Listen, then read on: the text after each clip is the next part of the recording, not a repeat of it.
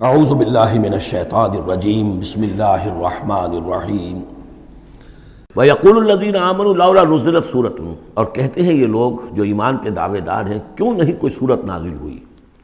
یہ بہت اہم آیت ہے اس صورت کی کہ اصل میں حضور نے جب وہ چھوٹی چھوٹی مہمیں بھیجنی شروع کر دی تھی اس وقت تک کوئی ایسی صحیح آیت کہ اب اللہ کے راستے میں نکلو اور قتال کرو شاید نازل نہیں ہوئی۔ اذن کے درجے میں تو بات آ گئی کہ سورہ حج کے اندر آیت نازل ہو گئی تھی، لیکن سورہ حج کو بھی بعض حضرات چونکہ مدنی سمجھتے ہیں تو ہو سکتا ہے وہ بھی اس کے بعد نازل ہوئی ہو اگر وہ رائے صحیح ہو۔ باقی سورہ بقرہ کے اندر جو آیات آئی ہیں وہ بھی یہ ہے کہ جب وہ تم سے جنگ کریں، قاتلوا فی سبیل اللہ الذین یقاتلونکم، اور بظاہر ہجرت کے بعد ابتدا ابھی مکے والوں کی طرف سے نہیں ہوئی تھی، انیشیٹو حضور نے لیا ہے، چھوٹے چھوٹے دستے آپ نے بھیجنے شروع کر دیے، ان کا گھیراؤ گویا کہ آپ کر رہے۔ ایک تو پولیٹیکل آئسولیشن آف قریش کہ جہاں بھی آپ گئے 4 مہموں میں تو آپ خود بھی تشریف لے گئے، 8 مہمات ہیں کل بدر سے پہلے، جن میں سے 4 میں آپ نے بھی شرکت فرمائی، اس لیے وہ غزوات کہلاتے ہیں۔ عام ہمارا خیال ہے کہ پہلا غزوہ جو ہے غزوہ بدر ہے، اس سے پہلے 8 ہیں مہمات، جن میں سے 4 سرایا ہیں جن میں حضور تشریف نہیں لے گئے، مسلمانوں کو آپ نے بھیجا، اور 4 غزوات ہیں۔ جہاں آپ گئے وہاں جا کر آپ نے وہاں کے قبیلے سے، اس علاقے میں جو قبیلہ آباد تھا اس سے آپ نے صلح کر لی۔ اب یا تو وہ پہلے حلیف تھا قریش کا، اب حلیف بن گیا وہ حضور کا صلی اللہ علیہ وسلم، یا یہ کہ نیوٹرل بن گیا، اس نے کہا کہ نہ ہم آپ کی مدد کریں گے قریش کے خلاف، نہ قریش کی مدد کریں گے آپ کے خلاف۔ نتیجہ یہ ہوا کہ پولیٹیکل جو انفلوئنس تھا، zone of influence, political influence Quraysh کا وہ کم ہو رہا ہے۔ پھر آپ نے قافلوں کا پیچھا کیا تو اس سے اندازہ ہوا کہ اب ان کی لائف لائن جو ہے، ان کی تو شہرت تھی وہ، اس کے اوپر آپ نے ہاتھ ڈالا۔ یہ چیزیں چونکہ آپ کی طرف سے ہوئی ہیں، اس وقت تک مکے والوں کی طرف سے جو بھی کچھ انہوں نے کیا، مکے میں ستایا مارا پیٹا، وہ تھے اپنی جگہ۔ ہجرت کے بعد ان کی طرف سے کوئی اقدام نہیں ہوا۔ اس پر یہ لوگ جو تھے جو ذرا اس جنگ وغیرہ سے اور اس معاملے سے ابھرا رہے تھے تو ان کو ایک دلیل ملی ہوئی تھی، وہ کہتے تھے لولا نزلت سورۃ، کیوں نہیں کوئی سورت نازل ہو جاتی۔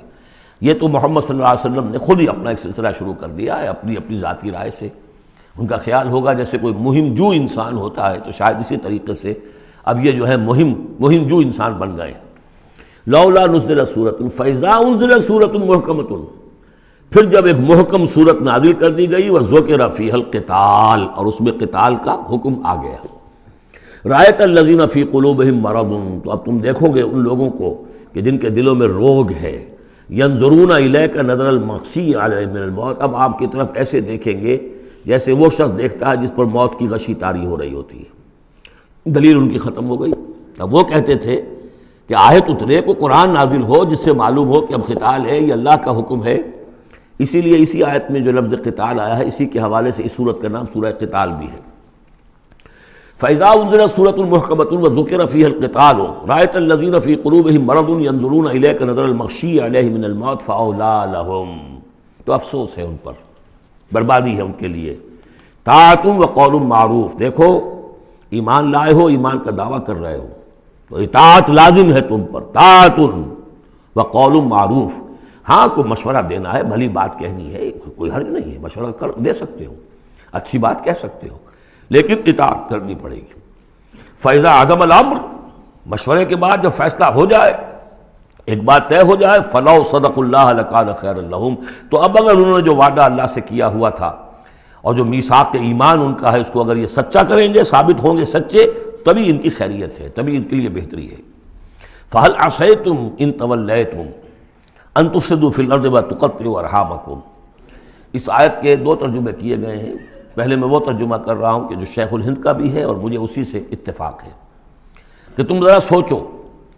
اگر جس حال میں اس وقت تم ہو، اگر تمہیں حکومت مل جائے، تم والی بن جاؤ، تمہیں یہاں اقتدار مل جائے اس جزیرہ نما عرب میں، تو تمہاری ابھی چونکہ پوری تربیت نہیں ہوئی ہے، خاص طور پر ظاہر بات ہے کہ جو انصار مدینہ تھے، ابھی ایمان لائے تھے، ان کی تربیت تو نہیں ہوئی، ان میں ایک بڑی تعداد ایسے لوگوں کی بھی شامل تھی، آپ کو معلوم ہے کہ جو منافق تھے۔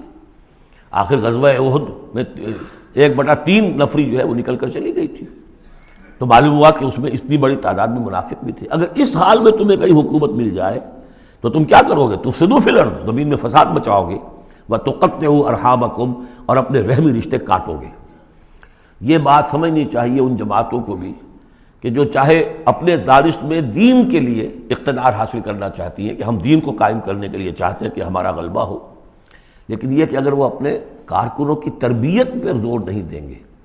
ان میں خلوص اور اخلاص اور للہیت، خالص اللہ کے لیے جو کرنا ہے اللہ کے لیے اور دین کے احکام کے مطابق، اگر ان جماعتوں کے کارکن جو ہیں وہ اس کی پوری تربیت یافتہ نہیں ہوں گے تو ہو سکتا ہے کہ بجائے اگر انہیں کہیں اختیار مل جائے تو بجائے کہ اصلاح کے اور فساد ہو جائے۔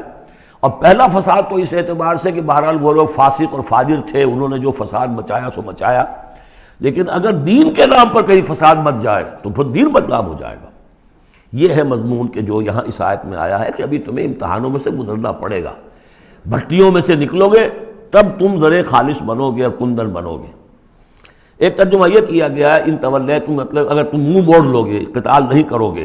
تو اس کا نتیجہ یہ نکلے گا کہ زمین میں فساد ہوگا اور تم اپنے رحمی رشتے قطع کرو گے۔ لیکن میرے نزدیک پہلا مضمون، یہ ترجمہ میں آپ کو پڑھ کر سنا رہا ہوں، شیخ الہند کا ہے، پھر تم سے یہ بھی توقع ہے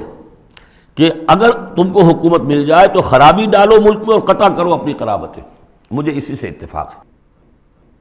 اولئک الذین لعنہم اللہ فاصمہم واعمی ابصارہم، یہ وہ لوگ ہیں کہ جن پر اللہ تعالیٰ نے لعنت کی ہے اور انہیں بہرا بھی کر دیا ہے اور ان کی نگاہوں کو اندھا کر دیا ہے۔